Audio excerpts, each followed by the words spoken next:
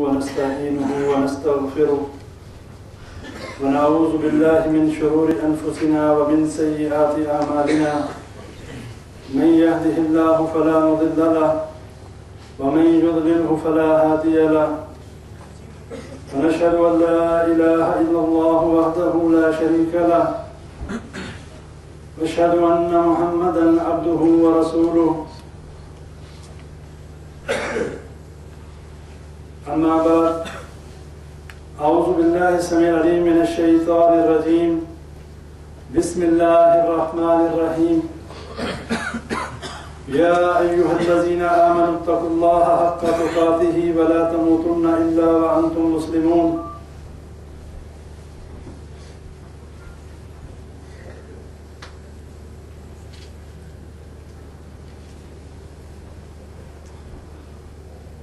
ومن يكفر بالطاغوت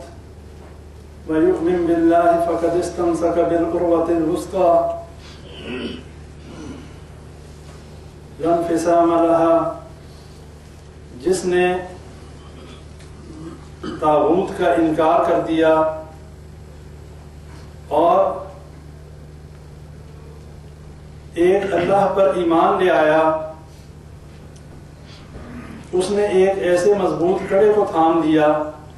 کہ جو نہ کبھی ٹوٹنے والا ہے اور جس سے نہ ہی وہ کبھی جو ہے علیحدہ ہونے والا ہے۔ وہ ایسا مضبوط کڑا ہے کہ جس کو پکڑنے کے بعد اس کے لیے کامیابی یقینی ہے۔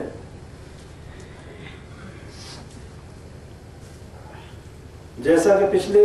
درس میں یہ بات ہوئی تھی کہ اللہ تبارک و تعالیٰ نے ہمیں اس دنیا میں اس لیے بھیجا کہ ہم اللہ کی عبادت کریں۔ جو اللہ تبارک و تعالیٰ نے جنوں اور انس کے پیدا کرنے کا مقصد بیان کیا، وہ مقصد یہ ہے کہ انسان اور جنات جو ہیں وہ اللہ تبارک و تعالیٰ کی عبادت کریں۔ وَمَا خَلَقْتُ الْجِنَّ وَالْإِنسَ إِلَّا لِيَعْبُدُونَ۔ اللہ بیان کرتا ہے سورہ ذاریات میں کہ میں نے جنوں اور انسانوں کو صرف اس لیے پیدا کیا کہ وہ میری عبادت کریں۔ اور یہ عبادت کا جو مفہوم ہے، یہ عبادت کا جو معنی ہے، جو ابھی ہم نماز پڑھ کے ہٹے، یہ بھی عبادت ہے۔ اور اس کے علاوہ جتنے معاملات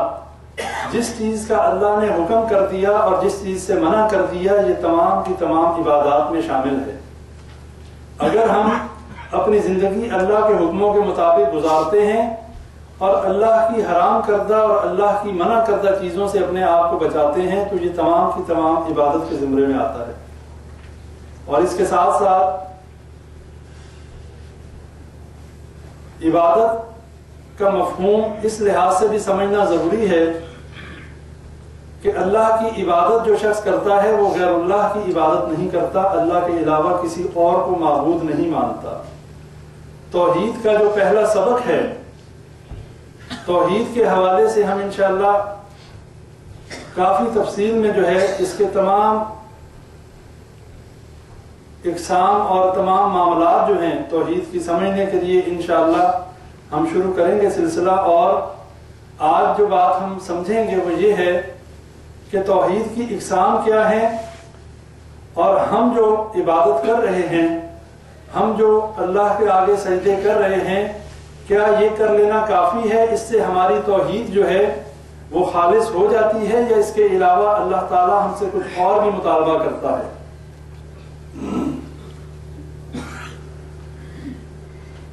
نبی اکرم صلی اللہ علیہ وسلم نے جو دعوت مشرکین مکہ کے سامنے رکھی، جس کا اظہار ابو سفیان نے ہرقل کے دربار میں بھی کیا، اور وہ یہ بات سمجھتے تھے کہ اللہ تبارک و تعالیٰ نے نبی اکرم صلی اللہ علیہ وسلم کو مبعوث فرمایا، اور جو نبی اکرم صلی اللہ علیہ وسلم نے فرمایا یا ایھا الناس قولوا لا الہ الا اللہ تفلحوا تملکوا الارض والعجم، کہ اے لوگوں نہیں ہے کوئی الہ، لا الہ نہیں کوئی الہ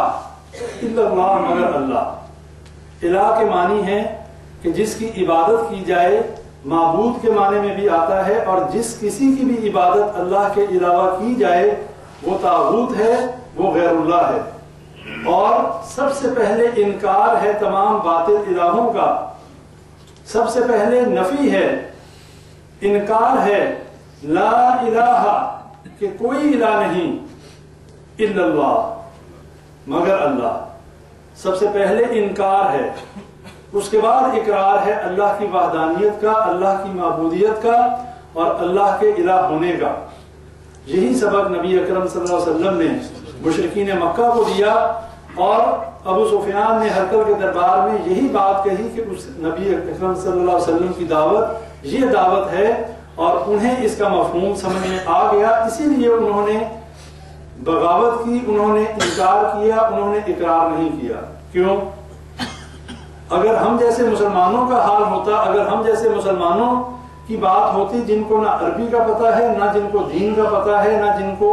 یہ پتہ ہے کہ اس کلمے کا معنی کیا ہے، ہم تو فوراً طوطے کی طرح پڑھ لیتے اور یاد کر لیتے، اور اس کے بعد کام ہم نے وہی کرنے تھے کہ جو سارے کے سارے عقیدہ توحید کے منافی۔ لیکن وہ اہل عرب تھے، وہ عربی کو سمجھتے تھے، انہوں نے جب لا الہ الا اللہ کی دعوت سنی، انہوں نے انکار اس بات پر کیا کہ اگر ہم نے اس کلمے کا اقرار کر لیا تو ہمیں اپنے آباء و اجداد کی رسم و رواج اور ان کے تمام سلسلوں کو چھوڑنا پڑے گا، ان کا انکار کرنا پڑے گا، اور شیطان چونکہ ہمیشہ سے ہی لعین اور اللہ کی لعنتوں کا مستحق رہا، اور اس نے بھی انہیں اس بات پر پکا کیا کہ اگر تم لوگوں نے اس دعوت پر لبیک کہہ دیا، اس نبی کی دعوت کو قبول کر لیا، تو کیا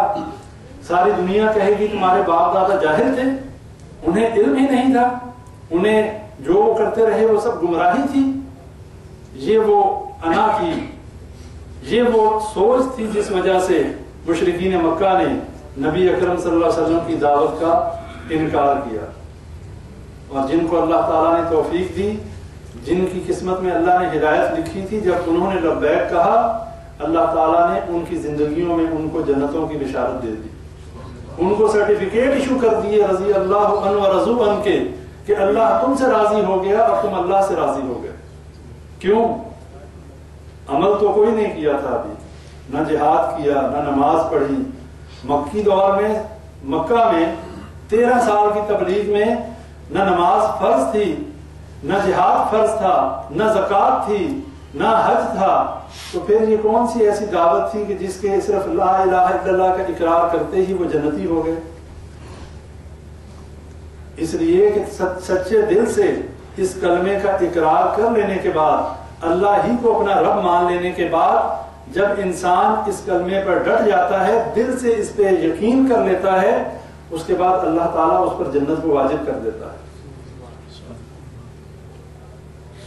عبداللہ بن مسعود رضی اللہ عنہ نبی صلی اللہ علیہ وسلم سے پوچھتے ہیں، اے اللہ کے نبی صلی اللہ علیہ وسلم، سب سے بڑا گناہ کیا ہے؟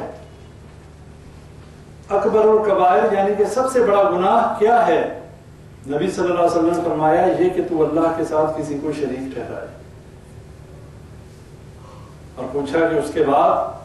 فرمایا کہ تو اپنی اولاد کو اس ڈر سے قتل کر دے۔ کس ڈر سے؟ مفلسی کی ڈر سے، غربت کے ڈر سے، اپنی اولاد کا قتل کرنا، ان کو اس دنیا میں نہ آنے دینا، اور یہ سوچنا کہ اگر یہ آ گئے تو یہ ہمارے رزق میں شامل ہو جائیں گے، ہم انہیں کہاں سے کھلائیں گے۔ بڑا ہی باطل عقیدہ ہے اور بڑا ہی گندا عقیدہ ہے۔ سوچنے کی بات یہ ہے کہ ہم اتنے بڑے کب سے ہو گئے، ہم اتنے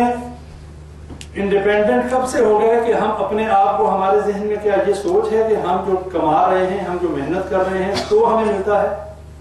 کیا ہمارے ذہنوں میں یہ سوچ ہے کہ ہم اپنے آپ کو اور اپنے بچوں کو کھلانے والے ہم ہیں، ہم اپنی محنت سے کماتے ہیں؟ کتنے ہی لوگ ہیں جو محنت کرتے ہیں لیکن انہیں کھانا نصیب نہیں ہوتا، ان کو رزق نہیں ملتا۔ اگر ہمیں اللہ کھلانے والا ہے، پھر ہمارا عقیدہ تو یہیں پر غلط ہو گیا کہ اگر یہ بچہ میرا پیدا ہو گیا، اگر میرے بچے زیادہ ہو گئے تو ان کو کون کھلائے گا؟ اس کا مطلب اللہ پہ تو یقین ہے ہی نہیں۔ یہی وجہ ہے کہ ہمارا اللہ کے ساتھ تعلق بہت دور کا ہے۔ اللہ کو ہم اپنا رب ضرور کہتے ہیں، باتوں سے ہم اقرار